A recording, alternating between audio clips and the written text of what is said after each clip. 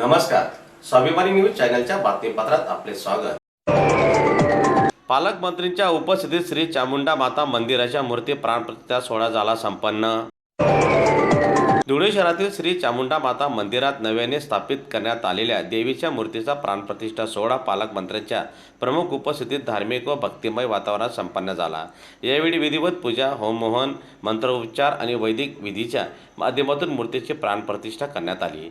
या सोहळ्यास विविध मान्यवर, लोकप्रतिनिधी, मंदिर समितीचे पदाधिकारी तसेच मोठ्या संख्येने भाविक उपस्थित होते।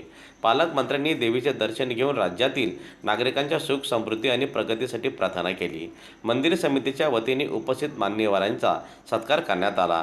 प्राणप्रतिष्ठा सोहळ्यानिमित्त महाप्रसादाचे आयोजन करण्यात आलेले असून भाविकांनी मोठ्या उत्साहाने सहभाग नोंदविला। खानदेशामधला धुळे जिल्हा हा भक्तिभावाने प्रेरित असलेला जिल्हा आहे आणि आपण बघितलं की अनेक पुरातन मंदिर धुळे जिल्ह्यामध्ये आहेत। अनेक समाजांचे कुलदैवत हे सुद्धा धुळे जिल्ह्यामध्ये आहे। आज गुजर, बडगुजर, राजपूत, क्षत्रिय आणि सर्वांचीच देवी असणारी चामुंडा माता यांच्या मंदिराची स्थापना होऊन लोकांसाठी ते खुलं करण्यात आलं।